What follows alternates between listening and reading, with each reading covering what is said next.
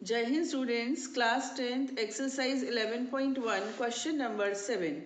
Draw a right triangle in which the sides other than hypotenuse are of lengths 4 cm and 3 cm. Then construct another triangle whose sides are 5 by 3 times the corresponding sides of the given triangle.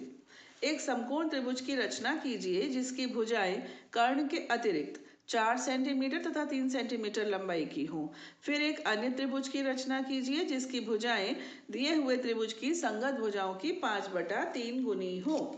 मैंने आपसे पहले भी कहा कि त्रिभुज बनाना हमारा task नहीं है, हमको बताना है एक नया ट्राइंगल बनाकर जिसकी साइड्स पुराने वाले त्रिभुज की साइड्स की 5/3 गुनी हो, 5/3 टाइम्स हो। ठीक है, तो ट्राइंगल कैसे बनाना है दैट इज नॉट इम्पॉर्टेंट और उसके हमको स्टेप्स भी नहीं लिखने हैं। ओके, तो सबसे पहले हमको एक राइट ट्राइंगल बनाना है। उसकी एक साइड होनी चाहिए 4 सेंटीमीटर और दूसरी होनी चाहिए 3 सेंटीमीटर। ओके, तो मैं 4 को ले रही हूँ बेस, थोड़ा सा तो बड़ा हो ना बेस, इस तरह से मैंने ये बेस बना दिया। ये कितना है 4 सेंटीमीटर।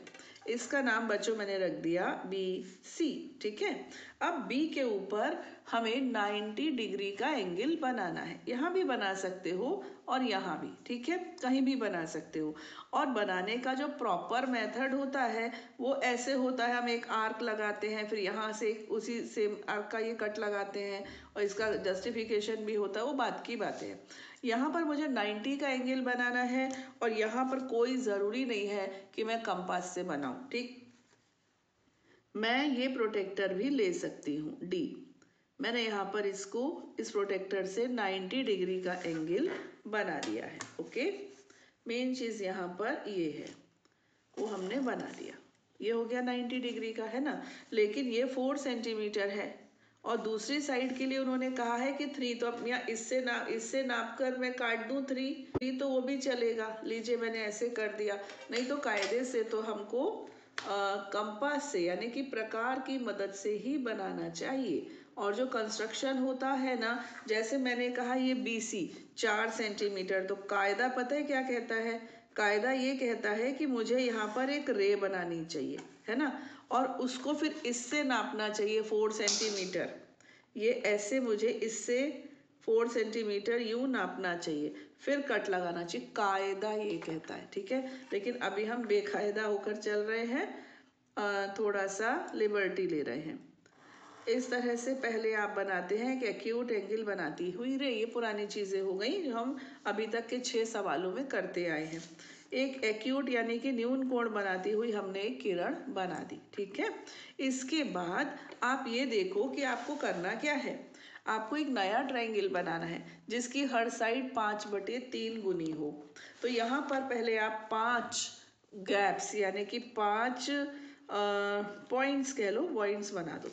तो ज़्यादा बड़ा हो रहा है, इसको थोड़ा मैं छोटा कर रही हूँ। ठीक है बेटा, बी को सेंटर लिया, एक कट लगाया, फिर ये जो नया कट आया है इसको सेंटर लिया, दूसरा कट लगाया, इसको सेंटर लेकर तीसरा, देन फोर्थ, देन फिफ्थ। इस तरह से हमने 5 कट लगा दिए। ठीक है, और इनके नाम भी रख दिए B1, B2, B3, B4, B5।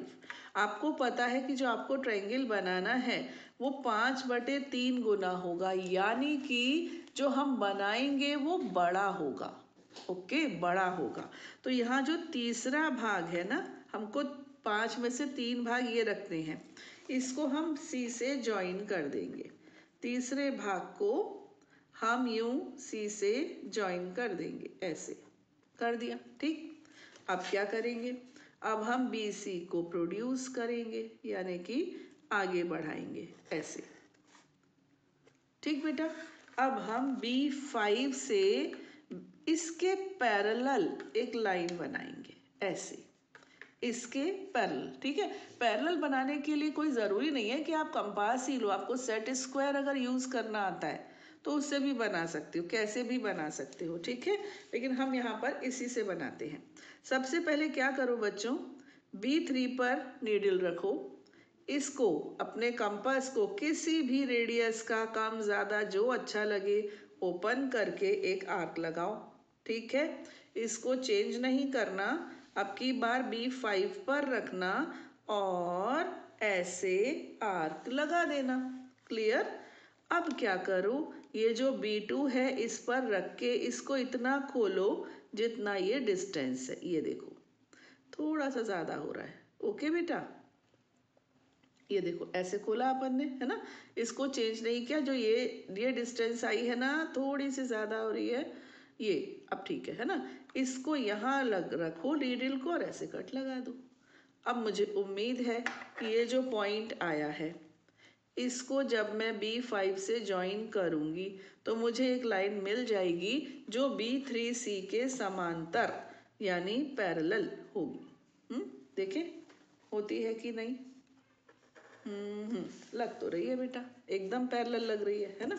तो अब इस पॉइंट का नाम रख दिया मैंने C'। ठीक है, ये जो रे है इसका नाम चलो मैंने BX रखा मानो, है ना। इसमें मैं इसको देखूं तो ये ट्रायंगल का काम कर रही है। देखो ना, B5C' एक त्रिभुज है कि नहीं है ना। और B3C और ये दोनों पैरेलल भी है ना। तो बेसिक प्रोपोर्शनैलिटी थ्योरम क्या कहती है? बेसिक प्रोपोर्शनैलिटी थ्योरम 6 प्रकार से लगती है।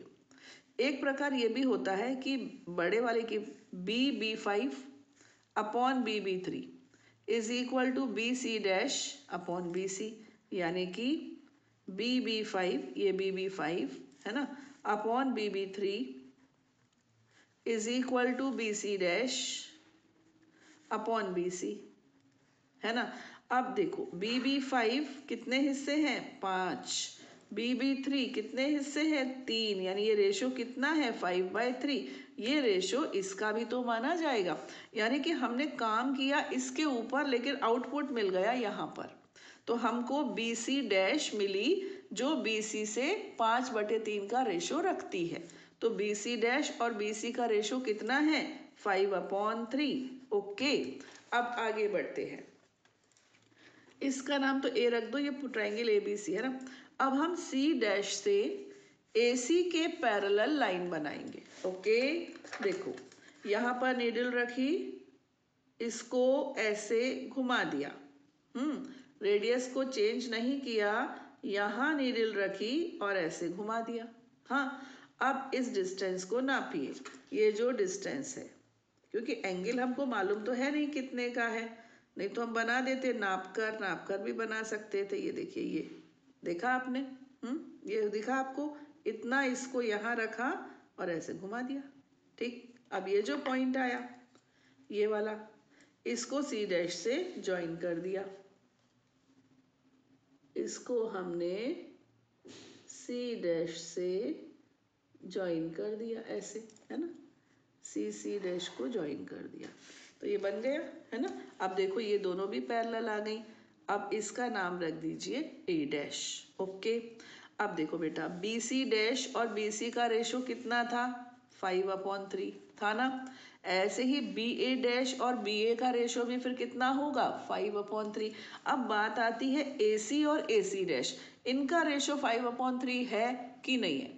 इनका अनुपात 5/3 है कि नहीं है? इसके लिए आप क्या करो, BCA और BC'A', ये दो त्रिभुज हैं, इसमें कोण B दोनों में कॉमन है, ये दोनों करस्पॉन्डिंग एंगल है, संगत कोण है, ये भी संगत कोण है, बराबर होंगे।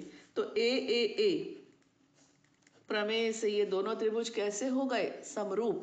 और जब दो त्रिभुज समरूप होते हैं तो उनकी भुजाओं का अनुपात समान होता है। तो बड़े वाले की अनुपात छोटे से 5/3, ये बड़े वाले का अनुपात छोटे से 5/3, तो ये बड़े वाले का अनुपात छोटे से ये भी 5/3। तो ये मैंने आपको जस्टिफिकेशन बच्चों दे दिया कि ऐसा क्यों होता है। अब इसके स्टेप्स लिख लो और कहानी खत्म। रचना के चरण। सबसे पहले BC से शीर्ष A के दूसरी ओर न्यून कोण बनाती हुई एक किरण BX खींची। 5 बिंदु B1, B2, B3, B4 और B5 BX पर इस प्रकार अंकित किए कि ये सब बराबर हों। B3 को C से मिलाइए और B5 से होकर जाने वाली B3C के समांतर एक रेखा बढ़ाए गए रेखाखंड BC को C' पर प्रतिच्छेद करती हुई खींची। सी डैश से होकर जाने वाली सी ए के समांतर, एक बार देख लो, सी डैश से होकर जाने वाली और सी ए के समांतर, ठीक है। एक रेखा बढ़ाने पर रेखाखंड बी ए को ए डैश पर प्रतिच्छेद करती हुई खींची, A dash B C dash अभीष्ट त्रिभुज है। Draw any ray B X making an acute angle with B C on the side opposite to the vertex A. Locate 5 points B1, B2, B3, B4 and B5 on BX so that BB1 is equal to B1, B2 is equal to B2, B3 is equal to B3, B4 is equal to B4, B5. Join B3 to C and draw a line through B5 parallel to B3C, intersecting the extending line segment BC at C dash. Draw a line through C dash parallel to CA, intersecting the extended line segment BA at A dash.